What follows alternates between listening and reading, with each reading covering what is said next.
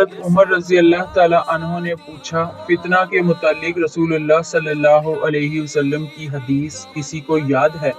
حذیفہ رضی اللہ تعالیٰ عنہ نے بیان کیا کہ میں نے سنا ہے آپ صلی اللہ علیہ وسلم نے فرمایا تھا کہ انسان کے لیے اس کے بال بچے، اس کا مال اور اس کے پڑوسی فتنہ، آزمائش و امتحان ہیں، جس کا کفارہ نماز، روزہ اور صدقہ بن جاتا ہے۔ عمر رضی اللہ تعالیٰ عنہ نے کہا کہ میں اس کے متعلق نہیں پوچھتا، میری مراد تو اس فتنے سے ہے جو سمندر کی موجوں کی طرح امنڈ آئے گا۔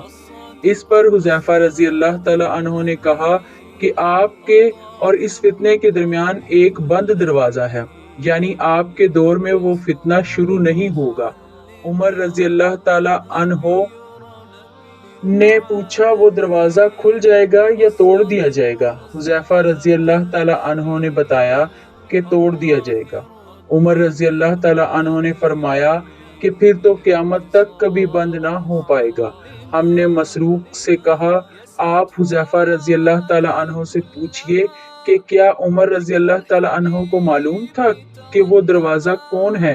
چنانچہ مسروق نے پوچھا تو آپ رضی اللہ تعالیٰ عنہ نے فرمایا، ہاں بالکل اس طرح انہیں علم تھا جیسے رات کے بعد دن کے آنے کا علم ہوتا ہے۔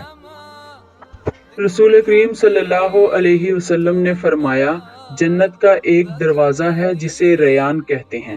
قیامت کے دن اس دروازہ سے صرف روزہ دار ہی جنت میں داخل ہوں گے، ان کے سوا اور کوئی اس میں سے نہیں داخل ہوگا۔